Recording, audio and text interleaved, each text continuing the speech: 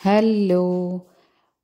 Keema curry అందరూ తింటాం కానీ వెజిటబుల్ కీమా, అది వెజిటబుల్స్తో చేసే కీమా, చాలా చాలా టేస్టీ కీమా మాత్రం మనం ఎక్స్పీరియన్స్ చేయాల్సిందే.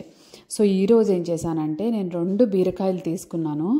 వాటితోటి 2 వెరైటీస్ చేశాను. ఒకటి ఏంటంటే ఆ బీరకాయల తొక్కుతోటి బీరకాయ తొక్కు పచ్చడి చేశాను. ఇది అల్టిమేట్ టేస్ట్ ఉంటుంది. చాలామంది అండర్ రేట్ చేసుకుంటారేమో బీరకాయల తొక్కుతో పచ్చడి ఏంటని, కానీ టేస్ట్ మాత్రం ఆసమ్ ఉంటుంది.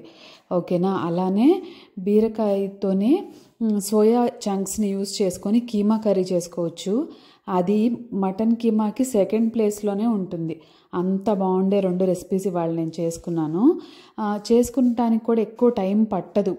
చాలా కొంచెం టైంలో 2 రెసిపీస్ అయిపోతాయి. పర్ఫెక్ట్గా లంచ్ బాక్స్కి అయితే సరిపోతాయి. సో దీనికోసం ఫస్ట్ కడాయిలో ఆయిల్ వేడి చేసుకున్నాను. దాంతోపాటే మినప్పప్పు, శనగపప్పు, జీలకర్ర, ఆవాలు, ఎండుమిరపకాయలు, పచ్చిమిర్చి, కరివేపాకు వేసుకొని వేపేసుకున్నాను. దాంట్లోనే టమాటోస్ కూడా ఒక 2 తీసుకొని మగ్గించేసాను. దీంతో పాటే నేను బీరకాయ బాగా కడిగి దాని నారలు తీసేసిన తర్వాత పైన ఉండే లేత తొక్కు ఉంటుంది కదా, దాన్ని కూడా వేసి కొన్ని వెల్లుల్లిపాయలతో పాటు మగ్గించేసాను. మ్యాక్సిమం 4 మినిట్స్లో మగ్గిపోతుంది. ఇది లేత బీరకాయ కాబట్టి ఇంకా తొందరగా మగ్గిపోతుంది అన్నమాట టమాటోస్తో పాటు. సో దాంట్లోనే బాగా మగ్గిన దాన్ని ఉప్పు, పసుపు వేసుకొని చింతపండుతో పాటు మిక్సీ పట్టేసుకున్నాను. ఎంత టేస్టీగా ఉందో.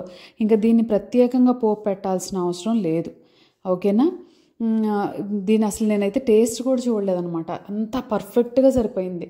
అంత టేస్టీగా ఉంది. ఎవరికైనా పోపు పెట్టుకోవడం అయితే ఆప్షనల్, మీ ఇష్టం. మీకు నచ్చదు అనుకుంటే పోపు పెట్టుకోండి.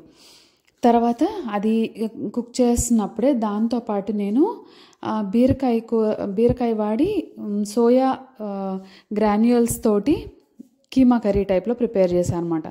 దీనికోసం కడాయిలో జీలకర్ర, ఆవాలు, ఎండుమిరపకాయలు, కరివేపాకు వేసుకొని దాంతోపాటు కొంచెం ఆనియన్స్, ఇంకా జింజర్ గార్లిక్ పేస్ట్ వేసుకొని మగ్గించేశాను.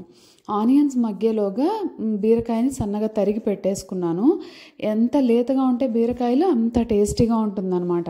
నేను ఇంతకుముందు చెప్పాను కదా, బీరకాయ తొక్కు కూడా చాలా లేత బీరకాయలు దొరికినాయి, దాందే యూస్ చేశాను.